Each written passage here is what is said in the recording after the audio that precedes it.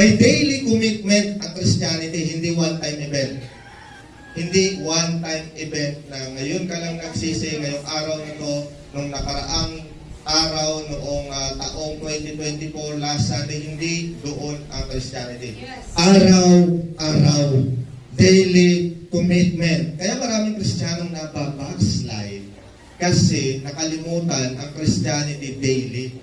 Araw-araw kang lumuluhod sa Panginoon. Araw-araw mong sinusurrender ang kahinaan mo.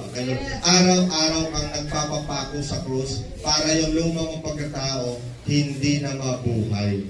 Daily commitment, 100% all in na commitment. Dahil anytime, any day, pwedeng bumalik ang luma mong pagkatao.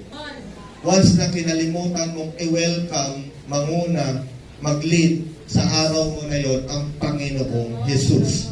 Expect hardship, opposition, and sacrifice. Expect mo na yan pag talagang sumusunod ka sa Panginoon. Kasi nga, patay ka na sa paningin niya, iba ka na eh. Alam mo, para kang zombie, para kang patay. Hindi ko man lang kagaya namin, nagpa-party, hindi naman nagmumura, umiinom, di ba, malalaswang sinasabi, desmosa. Pero hindi ka na nakakay, patay ka na sa mundo. Yan ang simbolo ng krus.